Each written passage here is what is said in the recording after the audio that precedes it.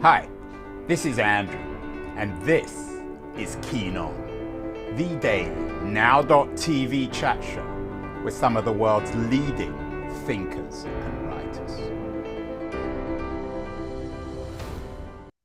Hello, everybody. It's Tuesday, September the 19th, 2023. Tuesdays are publishing days when the new books come out. Big days for authors, big days for the publishing business, big days for anyone who's involved with books. Earlier today, I did a show with Bent Fleveberg, who is an Oxford University professor of getting big things done, big projects. The book was shortlisted or longlisted for the FT Book of the Year, Business Book of the Year. And I asked him if a book was a big project, and he said it was. As an author, of course, it always seems a big project. It takes up all your life. My guest today understands this doubly. His background is as a publishing executive. He ran Macmillan for many years, and now he has his own book, which is out today, Turning Pages, The Adventures and Misadventures of a Publisher. John Sargent is joining us from Brooklyn, New York. John, happy Publishing Day. Thank you so much, and thank you for having me.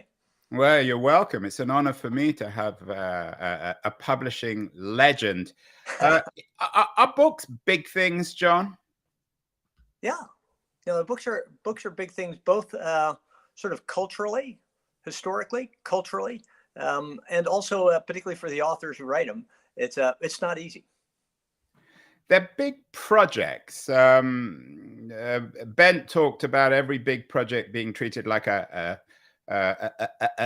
game, or not a game, a Lego project where you build one block at a time. Is that true, do you think, for books as well? I think it depends very much on the book and how much research is in it and what type of book you're writing. So my book is a sort of a compilation of the best stories of my career, business life.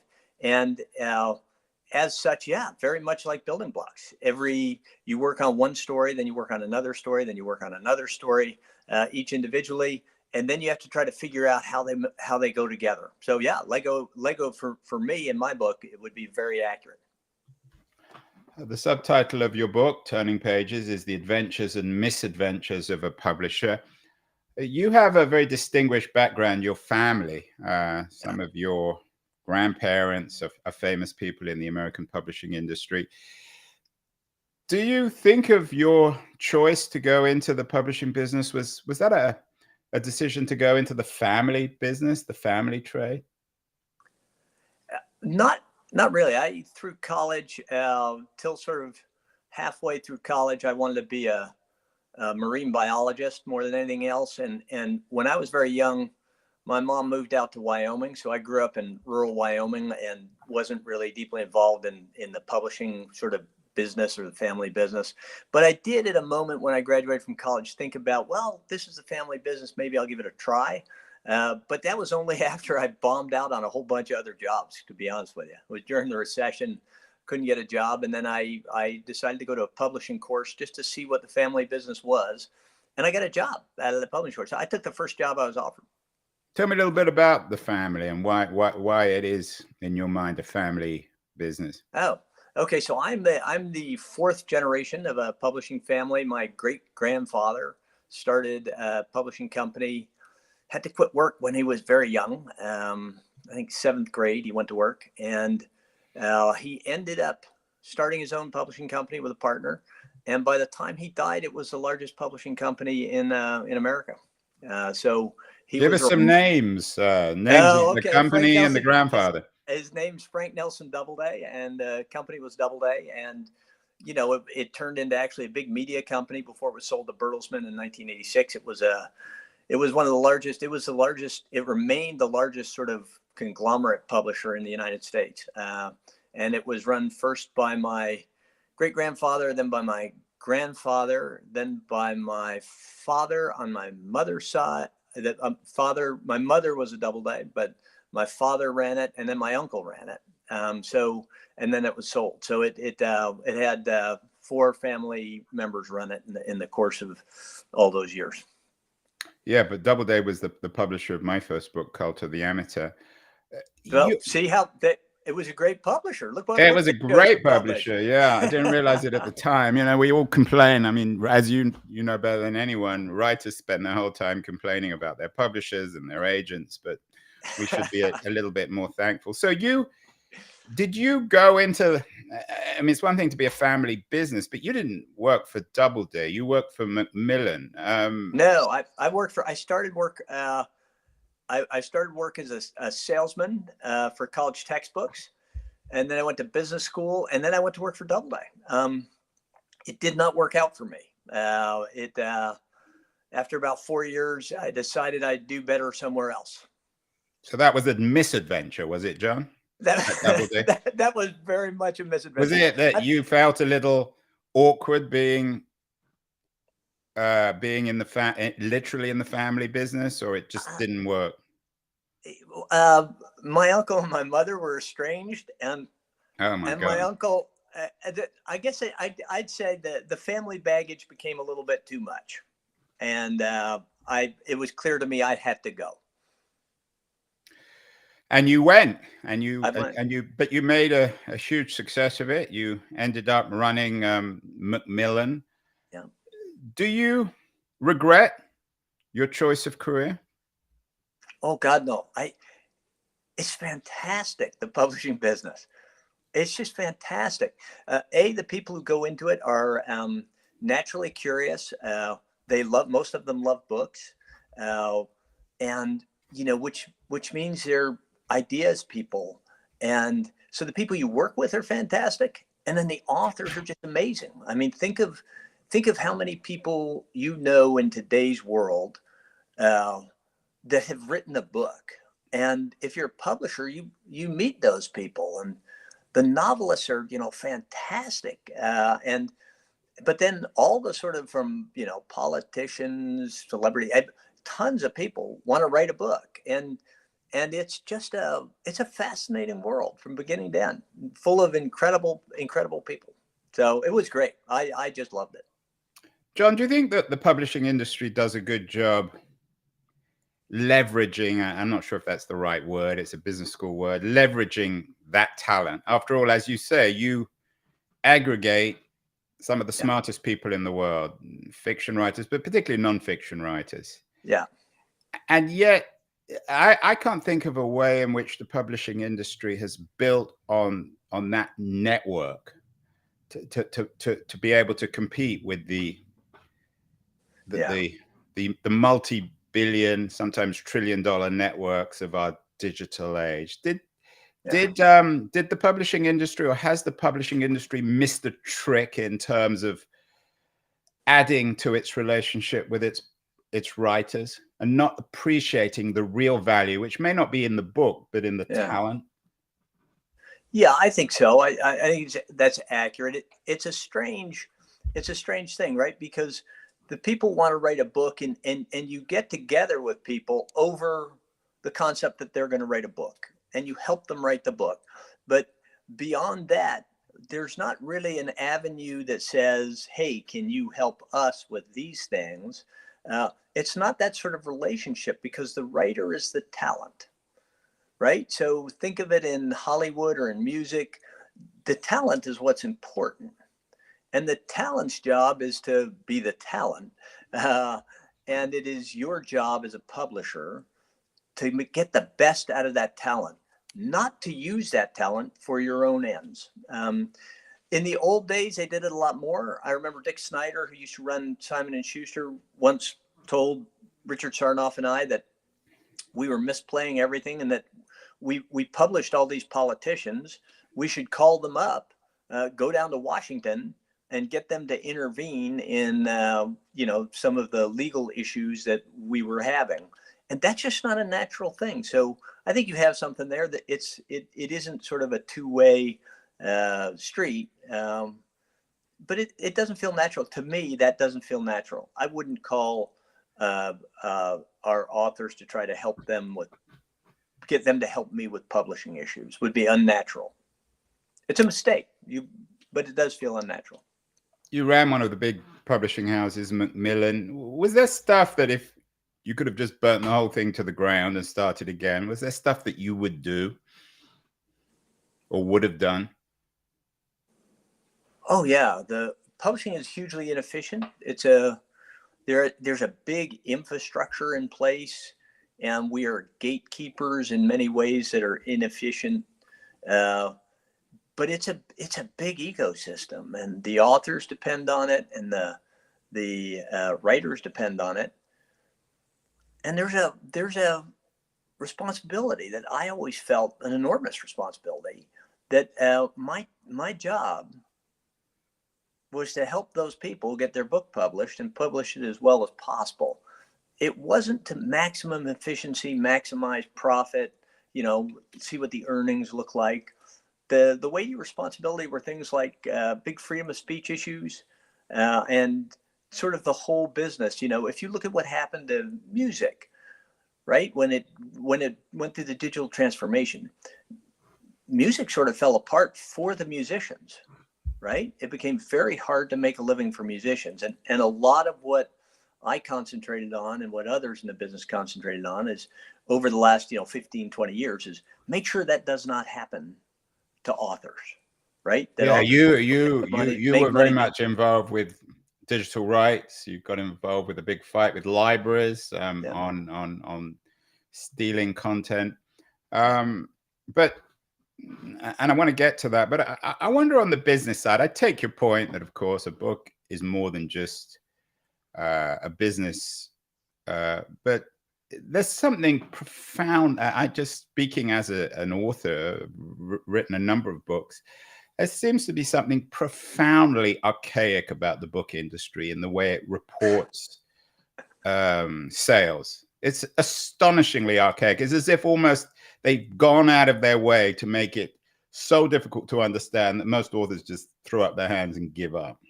Is there some truth to that? I mean, I'm not saying you big publishers got together and said, how are we going to confuse authors so much that they'll give up trying to figure out how many books they sell? But why is it so hard for an author to actually understand whether their book is selling or not?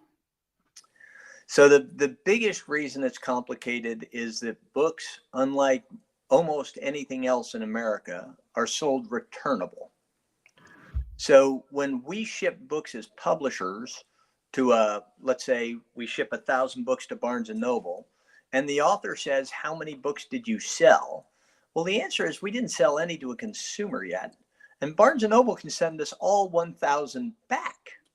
So very difficult not to set, if you let's say you send out 100,000 books and the author says, how is my book selling? Well, the issue is we sell books through incredible numbers of stores. It goes through all kinds of different stores. It goes to wholesalers who sell it on to retailers, wholesalers who sell it on to libraries and schools. And we don't get visibility as publishers into a lot of that information. Now we do, but for many, many years, we didn't have visibility. So if we said to you, we've sold 100,000 books, you get out your calculator, you take that times your royalty and say, woohoo, I just made, $400,000. Well, at the end of the day, maybe you only made, $15,000 because maybe all the books come back. Who came up with that idea? It seems a very bad idea from the publishing and from the author's point of view to allow retailers to return books. No, it's a great idea. I'll tell you why. Go into a bookstore and look at the bookstore. Look at how many items there are on the shelf. And then think how long it takes to read a book. So how can you convince a retailer to stock a new experimental novel? They don't have time to read all those new experimental novels. They can't possibly take a risk on them. But if you say you can send it back, if it doesn't sell, then they'll say, okay, we'll take a risk and we'll put it on our shelf. And without that, what you'd have in the bookstore are books that booksellers were really sure they could sell. So lots of John Grisham, lots of frontlist bestsellers, lots of backlist books that do sell, but none of the small and medium small and experimental and high risk books, because they have to pay to ship them back, and that's enough expense. But if they have to eat the cost of the book and scrap it, it becomes a non-profitable, very unprofitable business very quickly. So what I'm basically saying is there's a ton of inefficiency built into the market because of the way the market looks. All those tens of, I mean, think of the bookstore versus a grocery store per square foot. How many different items there are for sale in a bookstore is remarkable, and very little foot traffic. Although, like a grocery store, if you go to the front desk of a Barnes and Noble and a book is there, it's likely that someone's paid for that positioning, isn't it? Not anymore at Barnes and Noble. They don't accept that at Barnes and Noble anymore. It's one of the things James Daunt did differently when he took it over. So at present, no, the Barnes and Noble store manager decides what goes in the front, not the publisher. And no one's paying for that position. So he likes the manager, he or she likes the book, and so they'll just put the book up front. Yeah, because they know their audience, right? If you're a bookstore, your audience, if you're a bookstore in New York City or a bookstore in Omaha, Nebraska, or a bookstore in Southern California, you're going to have a different audience for different books. And only the bookstore manager who is in that community knows his customers and knows what books they like. That's the beauty of an independent bookstore, right? And always has been. What about, John, the advance system, the idea that authors get an advance irrespective of sales, which seems to be bound up with the system of literary agents? Is that healthy?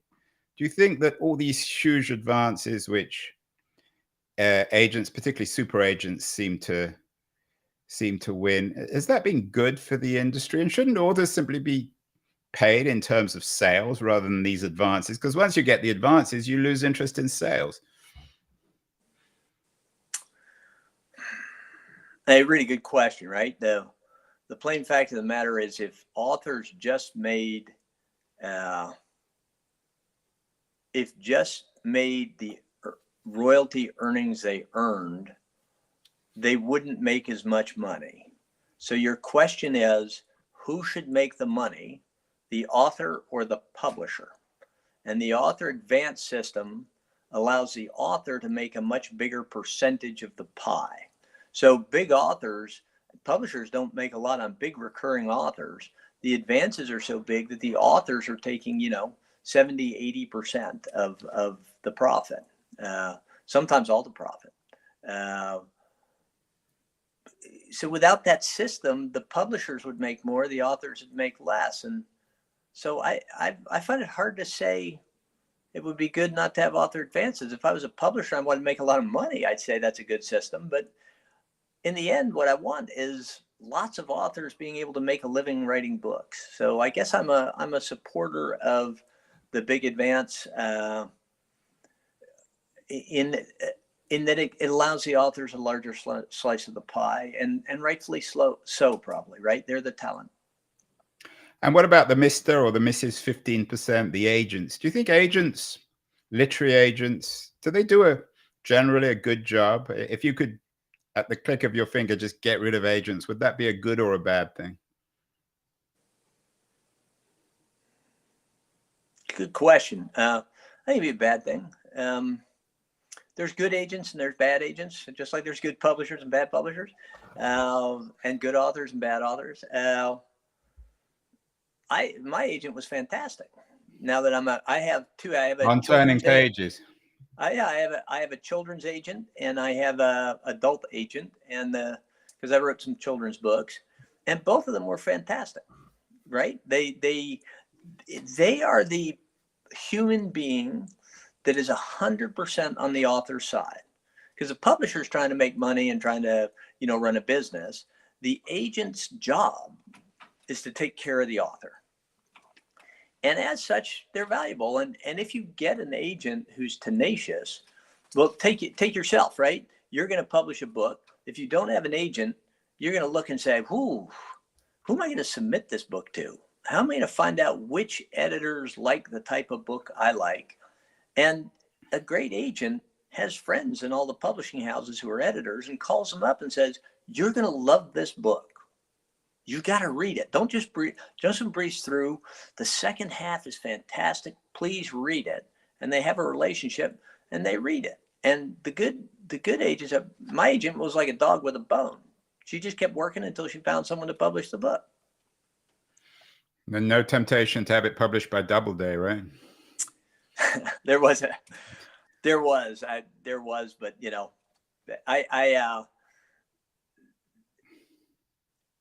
I suspected there would be difficulties there, and it didn't work out.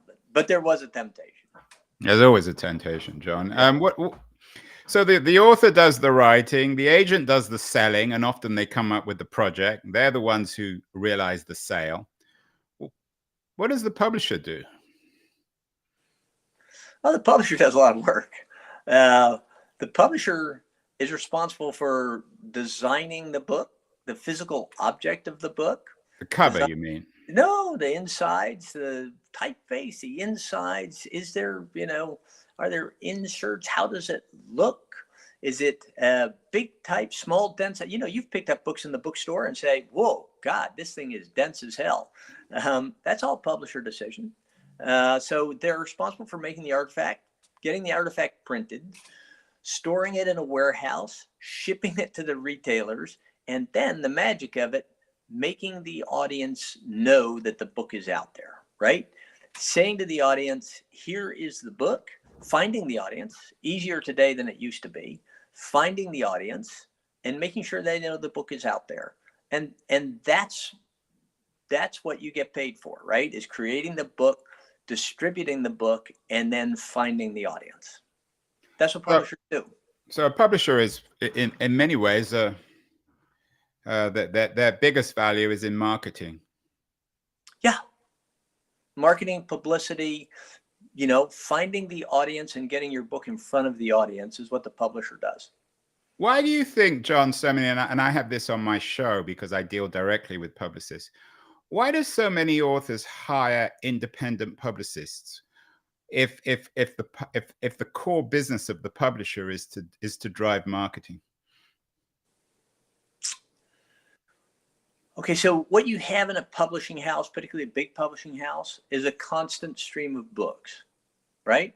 So every week on Tuesday, new books are published. And it's a frontlist driven business, right? And lots of books are published on every Tuesday. And the publisher has a staff, that markets and publishes those books as they come up. But the next Tuesday, there's another set coming. And the Tuesday after that, there's another set coming. So you get this small window of time for this book, the next 2 weeks. You get a small window of time where your book is of interest. And publishers, if you have smaller books, oftentimes don't have enough resource to have a very senior, very experienced person do the book. And in that case, you often get an outside publicist. There's also authors who work for different publishers, have different publishers publishing their books, and have a publicist that they just love. And they always want to use that publicist who's an outside publicist. So there's a number of reasons why authors get outside publicists, and publishers generally cooperate. There's a little bit of, don't step on my toes back and forth that goes on. But generally, publishers are very happy to have it because it's an extra resource. The outside publicist is almost always paid for by the author, so it's less expense for the publisher. There's a rumor, John, I'm sure you've heard it amongst authors, certainly after a few drinks in the bar, that publishers pretty much know which books are going to do well and which aren't. They make their bets early before pub day, and they can, there are always surprises, of course, but they often kill their babies because they simply, as you suggested, don't have enough bandwidth to promote aggressively every book. Is there any truth to that? Sure. So look, the end of the day, oftentimes publishers buy books based on nothing other than a 2-page proposal, right? And a meeting with the author. They expect a book to come in that is spectacular. And sometimes a book is not spectacular. And so what happens is, as To you put it go, mildly, John. what? To put it politely, mildly. Well, I'm trying to be, polite, Political, right? but so what happens is, as the books come in for any given season, so as the books are coming in for the fall season, the sort of leaderboard switches, right? Everybody in the house is reading the books in the publishing house, and everybody is sort of coalescing around books. So people are saying, God, did you read that new novel? It's fantastic. And then other people read it and they're saying, oh, it's fantastic. We can't miss this one. Whoa. And they're calling the people at retail and saying, whoa, you guys got to hold this book. It's fantastic.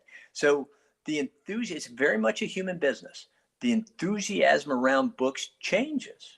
So you might have a big book by a famous author that's coming in, and I don't know, something happens and they have a bad go of it and the book is not very good. And at the same time, you might have a book by a mid-list author that comes in that you look at and you say, my God, this is like 4 or 5 times better than their last 3 books. And then you have X amount of resources, and those resources are reallocated as the books come in. So yeah, you have a bunch of books that don't get a lot of attention, and that's one of the sad things about publishing. And as far as picking them, it's such a crapshoot. We would publish these fantastic books that just wouldn't work. And then every once in a while you get a book that was, it was okay, but the magic would happen and it would just take off and you'd end up selling 2 million copies. And you never know which ones those are. Ask anybody who was at Doubleday at the time if they ever thought John Grisham's The Firm would be as big as it was. Now, people liked it. They loved it. But nobody thought it was going to be that big. Right? And if you look at the books that are big today, Colleen Hoover, who thought Colleen Hoover was going to be that big? Well, she started on her own. Well, yeah. And I want to get to the book after the break. We're going to take a short break in a second, John. But it seems the sad thing about publishing is a publisher can't call up an author and say, we've decided your book isn't really that good, so we're going to pretty much ignore it. So for authors, what advice would you give if they're not hearing from their publisher saying, this is the most amazing thing we've ever read? It often means that the publisher has kind of lost interest in the project. Is that fair? Not all. Yeah, that's not entirely fair. But the truth of the matter is, publishers depend on the authors, right? In the marketing side as well as the writing side, because the readers and the people who are being interested in the book want to hear from the authors. They don't. Publishers don't go on tour for a book, right? People want to hear from the author. So a lot of the publisher's job is getting the author in front of their constituency. And we count on the authors to help us with that. So if you go to a publisher today and you said, I've got a self-help book, and what I've discovered is that if you clean your house for the first half an hour of every day before you go off to work, and when you come home, you eat a meal and you finish it by 8:30 at night, and you're in bed by 11, your life will be better. I don't know. That comes forward. The first thing the publisher is going to ask you is, how many people do you have in your social network that you can reach? And if you say, well, I have 98 people on Instagram, they're not going to be interested in the book, period. And it's just that for those types of books, the author has to have reach. I guess, the biggest tragedy of the whole business, and this isn't a critique of publishing, is that even the worst books, most authors pour their lives, their souls into. So it's very hard to tell someone their book isn't very good because you're telling them in a way that they're not very good. It's huge. It's a people business. And, if you write a book, you're putting your heart and soul into something. It's your art, right? It's your creative. And you have to be brave to put your creative out there to the world. And if the world looks at your creative and says, you know what, it's not good, it hurts, right? So there's stories of authors who get, rejected, 30 times by 30 different publishers. And then, they publish it themselves and the book works, right? Publishers don't, it's subjective. It's all subjective. And so you have to have a lot of faith that what you did has worth, and then keep going and keep pushing. And those are the authors who make it. Well, we're going to talk about your work, John, after the break. Turning Okay. Pages, the adventures and misadventures of a publisher. I particularly want to talk about Amazon and rights management and your experience at Macmillan. We're going to take a short break. Thank our sponsor, Liberties, quarterly journal of culture and politics. Going to run a short ad, and then we'll be back with John Sargent, publishing legend and the author of a new book, is page turner, Turning Pages, the adventures and misadventures of a publisher. So don't go away, anyone. Beyond the news, the noise, there is nuance, insight. Liberties is not just a journal of ideas. It's a meteor of intelligent substance. It's the place to be for engaged citizens. Politics, opinion, substance. Liberties is a triumph for freedom of thought. A quarterly of urgency, of cultural exploration, of intellectual delight, of immaculate prose. It's invaluable. Subscribe now or find Liberties at your favorite bookseller. You can check out more about Liberties at libertiesjournal.com, and you can even subscribe. We are with John Sargent, the author of Turning Pages, his memoir, The Adventures and Misadventures of a Publisher. It's not possible to think about publishing these days, John, without thinking of Amazon. You had your skirmishes in overall terms. Is Amazon a good or a bad development for the publishing industry? Well, I think it's overall good. There's no question about it, right? It's done two things. It's made books available to everyone, pretty much everywhere, on a very quick turnaround time. And one of the problems with books is, there's millions of books in the backlists out there, and there's hundreds of thousands published every year, and no retailer can carry all those. So the plain fact of the matter is, you can now look up a 15-year-old book that you can't find in any retail store in America, and you can have it delivered to your door the next day. And that's hugely powerful. So overall, I think they've been great for publishing. They also, because of their discounting, they lowered the prices of books, which makes them more accessible to consumers. And that's good for publishing. And finally, with their self-publishing operations, they made the process much more democratic, right? Publishers are gatekeepers, retail buyers and wholesalers are gatekeepers. And now if those gatekeepers tell you your book, is not going to make it through, you can publish it yourself. So I think for the health of sort of books and for the marketplace, I think Amazon's a big plus. But they're also a bit of a bully. You stood up to them at Macmillan. Tell me a little bit about how and why you stood up to them and the outcome of that. So the main concern was the digital transformation, right? Going from the physical book to the ebook or now the audio download.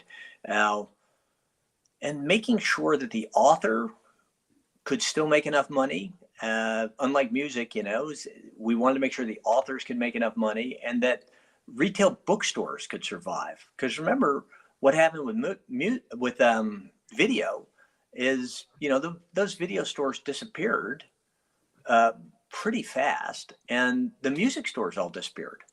And, the independent bookstore is oftentimes the cultural hub of medium-sized cities in America and even large cities. It's the cultural hub. And so the urge was to protect that ecosystem as we went into the digital transformation. And plain fact of the matter is Amazon, with the Kindle, through their own initiative and through their own hard work, made a better shopping experience and a better device. And they had 80 or 90% market share. And their intent was to make the prices hugely reasonable to move the whole business into the digital side. And they're very aggressive about it. And we looked at it and said, okay, right now you can charge, $25 for an author's new work when it hits the store in hardcover. and the consumer thinks it's worth $25. They seem to want the consumer to think a new work is only worth $9.99. And that was a problem, and a big problem. And so I just happened to be the guy who walked into it when it became clearly a big issue. Apple came out with the iPad, the start of the iPad, and there was going to be a bookstore on it. And we agreed to have our books on the bookstore, and 5 publishers agreed to do that. And I just didn't. I had great respect for the guys at Amazon, and I'd worked with them a long time, and I didn't think it was right for them to hear about it in the papers and read about it. So I got in a plane and I flew out there to see them, and I told them about our change in terms. And who were you dealing with there when you went out to? Oh, I was dealing with Russ Grandinetti and Laura Parco and Steve Kessel and David Nagar, senior folks who sort of reported to Jeff Bezos, but not the Jeff level. And they were really pissed, and they took the buy buttons off our books, and so overnight, actually, I found out about it at the moment they did it. They stopped selling all our stuff, and that was, tens of thousands of books, all our authors, new books, old books. This was a big deal for everyone, wasn't it? Especially it was a big deal. It was a huge deal, actually, because it was the first test of the digital distribution and of Amazon when a supplier refused to bow to what they wanted, and as to retaliate, they took all our books off the shelf. So Amazon stock plummeted that over those next 3 days. Amazon stock plummeted, and everybody watched, because the sort of how books would be sold in the future was dependent on it. And would it turn out like movies? Would it turn out like music? Would bookstores survive? All that was sort of at play. And by chance, I was the guy in the middle. So, well, it wasn't by chance, was it, John? I mean, it wasn't, you just happened to be there. You must have made the choice. Some of the other CEOs of the large houses had, shall we say, not quite as big balls as you in taking Amazon on. Well, I tell you, Carolyn Reedy, who ran Simon and Schuster, had every bit as much courage as I had. Absolutely. But I think it could have been any number of things, right? It could have been I was the guy who went out and spoke to them. It could have been we were the smallest of the big publishers at that time. And maybe they wanted to do that. And it could have been I had a really good relationship with those guys, and they knew I would work hard to make it solve the problem, as opposed to becoming sort of driven by anger or emotion. So I'll never know why it was me, but it was certainly me. But you won. You got what you wanted. It was tough. By the time it was all said and done, it was 8 years later, and we were at Apple was at the Supreme Court. But at the end of the day, yes, the publishers control the price of ebooks. To this day, Amazon doesn't control it. The publishers control it. And that was what we had to have to protect the bookstores, to protect the authors, to protect our business. We couldn't allow Amazon to just keep dropping the price, because at that time they had 90% of the market. So yeah, it doesn't feel like we won. It feels like we've reached a conclusion as an industry that was the right conclusion, right? We managed our way through the digital transition and came out the other side well as an industry. And, authors still making a great living selling, writing books. And the book survived. I mean, I guess the physical book is more viable than the CD. Yeah. Did you get any grief from your board? Was your board entirely supportive? You must have had one or two rather interesting board meetings on this. Oh, we had a lot of board meetings. They were very supportive. We owned by a private family in Germany who had deep and strong beliefs. Europe is actually much more book centric than the United States. They have put a higher cultural value on books than America does. And they saw Amazon as, a threat to the world of books, not just to the books in the United States. So yeah, they weren't They weren't real happy with the final cost at the end of the day of the whole thing, but they were supportive 100% of the way. I did not have to make arguments. I was not under pressure from our. Tell me a little bit more about that family. They're the von Holtzbrincks. So it was a sister and two brothers, and their father had started the company, and they had a belief in the value of books and literature. They had a deep sense of the cultural value of the work that we did, and so it made them great. And when we had these battles we had to fight, they were always supportive. They always were. And tell me a little bit more about your fight with rights holders on digital and libraries. I know you were very much on the forefront of that as well, which is a very important issue for authors and for the internet more broadly. Yeah. So it's very complicated. Copyright law is complicated, and Congress doesn't do a good job. So it has to be litigated at the end of the day.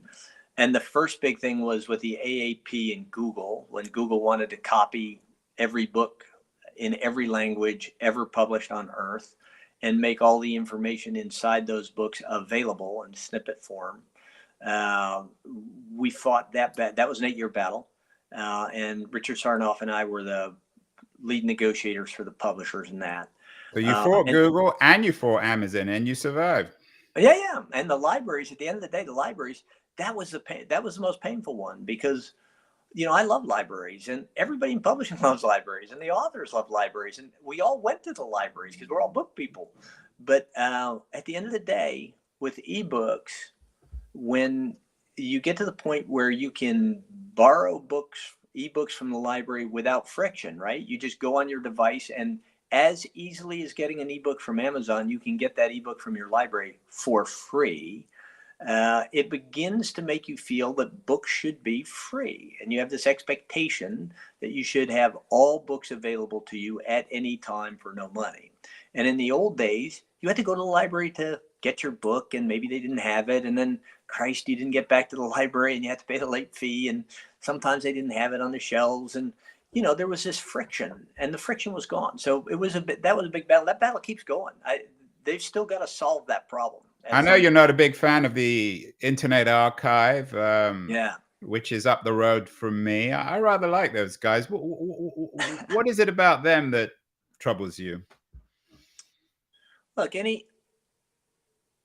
anybody, any organization that believes books and the information contained inside of them, people should have free access to it, means the business model of publishing falls apart. And it's great when it happens for the people, right? It's great. Oh God, look, I have this whole archive of these fantastic books, and I can get any one of them for free. And think what it does for research and for all that. It's utopian, it's fantastic. But if we go there, it means new books, you will not be able to make a living writing new books, because they'll go into the Internet Archive and they'll be available for free.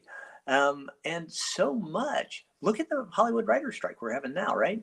So much of the value of books comes down the road, not at pub date, but think of the books you've read that were published, 30, 40 years ago. And you can still go buy those books. And the author is still getting money from those books because it's their creative work. They should get money from it. And the publisher should get money. They pick the book. They put in all the financial work, all that elbow grease to publish it well. They should get money for it. And if you say everything should be available for free, you take that income stream out, then you have a problem. And so, I from WikiLeaks all the way down, I think people should have to pay if they want to take an author's work. They should have to pay for it when it first comes out, and with exceptions, sure, on a limited basis, libraries. always the means test. We always said, if you give us a means test, we're happy for you to have the digital work. If you can put the books into communities that are disadvantaged, lower income zip codes, and make those books for free, I got no problem with it at all. It's interesting you mentioned the Hollywood writer's strike, John, which is, of course, partly in reaction to AI. Do you see AI changing the industry? Yeah, of course, right? And we have to be very careful about it. I'm not in there anymore, so it's not my fight. But if you think, I always think, we publish Nora Roberts, and Nora is fantastic. And my God, she works hard. I mean, holy cow, that woman works hard. Now, you could go into a chat bot and say, okay, write me a Western that is like Nora Roberts. And if the data set has ingested every Nora Roberts books over all these years, they could quite easily come up with a Western that sounds just like Nora Roberts. Nora Roberts should be paid for that. That's her work that's creating that book. Now, it's artificial intelligence that's writing it, but it's her work that's creating it. She needs to be paid. And it'll be very interesting. So you're saying that you think it's right that some of these big time authors, like not Nora Roberts herself, but authors like Nora Roberts, are aggressively addressing OpenAI, saying, where are you getting your intelligence from? If you're digesting all our books and then spitting out our style, you need to pay us.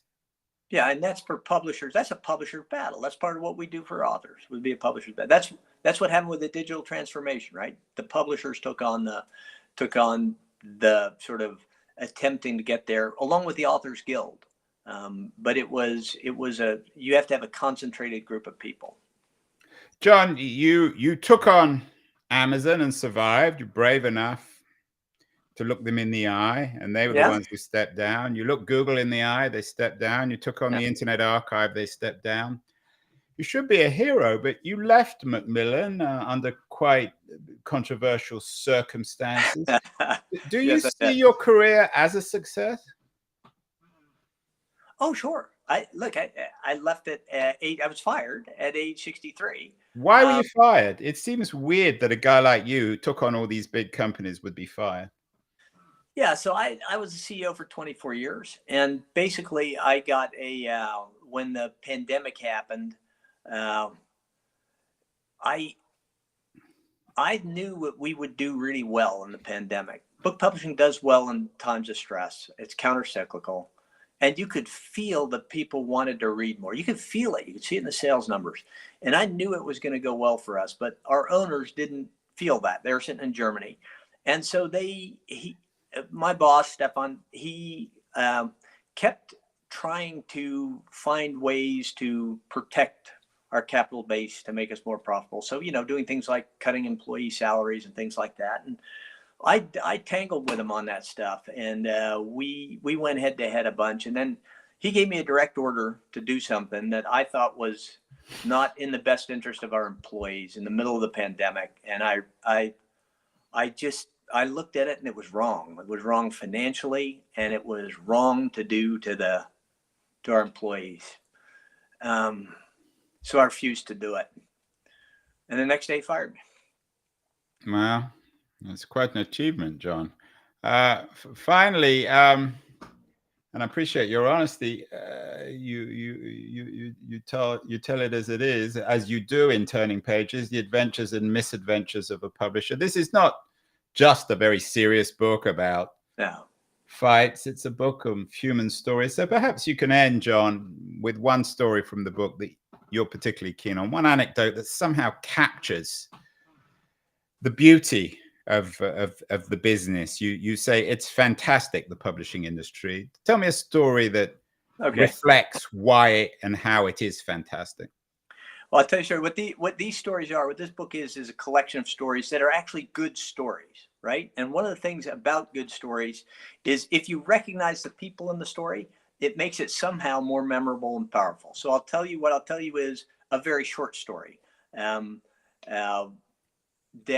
gives an idea of the fun in the book, right? So I've been asked by a friend to go coach somebody famous about writing a book, just as a favor, as a guy who's going to help them through the process. So I go up to Stamford, Connecticut on the train, and I get off, and I'm in this completely run-of-the-mill sort of Marriott hotel, and I go in and I give the fake name I've been assigned at the desk, and the guy behind the desk says, okay, and this big guy comes out the back. He's got an ear plug in. He's security, and he says, well, follow me. And I'm following him. I said, well, what's your name? And he said, I'm Bob. And I said, is that your real name? And he said, no, of course not. And so we get to this hospitality suite in the end, and it's an ugly ass hospitality suite, right? Shades are pulled, smells like old smoke, disjointed furniture sitting in the middle of a big room. And I sit down, and I'm the first one there.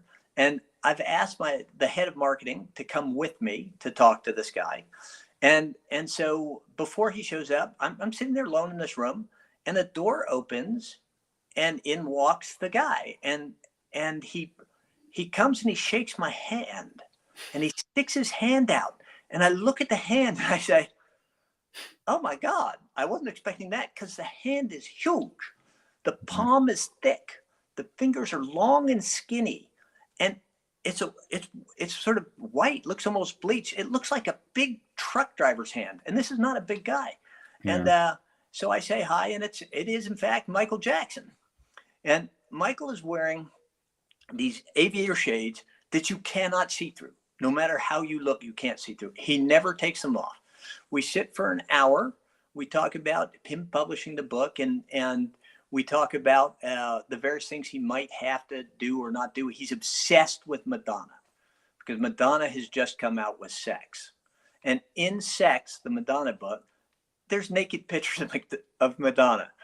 And Michael actually asked me to my face, he says, John, she showed her patootie. Am I going to have to show myself in my book? And I said, Michael, I hope you said yes. Keep a straight face. You can't look at the marketing guy, because, what a question. I said, nobody wants to see your privates, Michael. Do you have to just trust me? That might have sold a few more copies, John. It might have. So, but I'm not, in this case, it's not for me to publish the book. I'm just an advisor. So we go through, we have a fun time for about an hour. And at the end, we're getting set to leave. And I started asking Michael about his flexibility, because I've always been fascinated. How did he create the moonwalk? And how the hell can you do that? And how flexible does his body have to be? So I'm asking these questions. We're having a great time. And John Cunningham is sitting on the couch, the marketing guy, and he's huge. Think John Candy huge, John Goodman huge. He's a big guy. And he says, I'm really flexible too. And Michael and I look at him like, what? And he says, no, I am. I'm really flexible. I can put my foot behind my neck. And I look at John, and Michael's sitting there, and I said, I don't know, Michael, I'd like to see that. Would you like to see that? And Michael, just like a kid, jumps up out of his seat. Yes, I'd love to see that. I'd love to see that. So I say, John, you're on. John takes his foot, lifts it over his head. Oh my God. Puts it behind his neck. Michael just starts jumping up and down with excitement. The next night he's on the Grammy, he's getting a Grammy Award. Nowhere near as excited as he was to see John Cunningham put his foot behind his neck. So, that's a very little story.